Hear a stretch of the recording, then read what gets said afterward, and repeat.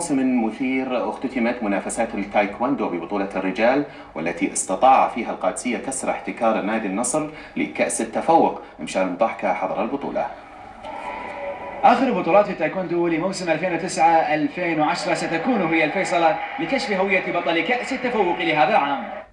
القادسية والكويت يدخلان البطولة وهما الأقرب لحسمها والفوز بكأس التفوق، ولأول مرة في الكويت يستخدم الواقي الإلكتروني لاحتساب النقاط.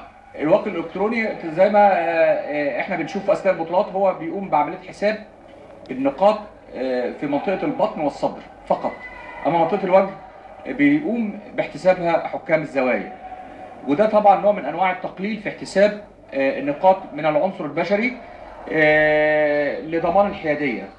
وبعد منافسة حامية جاء الخبر السار للجمهور الأصفر بعد أن استطاع لاعبو القادسية حسم لقب البطولة وكأس التفوق. من جد كبير، تدريبنا قوي والحمد لله احمد ربي، بس من الفرحه ما ادري اقول لك يعني، بس الحمد لله على كل حال اخذنا كاس التفوق اللي خذناه من النصر من مده كبيره اللي ما خذناه من النصر.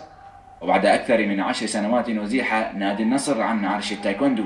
شالوا الجهاز الفني او الجهاز الاداري، غيروا كل شيء. اوكي الجهاز يجيبون جهاز اداري اكفأ منه، مو يجيبون جهاز اداري اردى منه.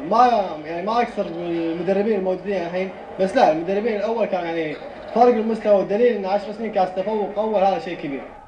ما يمر به العنابي من أزمة مكنت القادسية من خطف كأس التفوق لهذا العام عن جدارة. شارم ضاحكة، تلفزيون الوطن.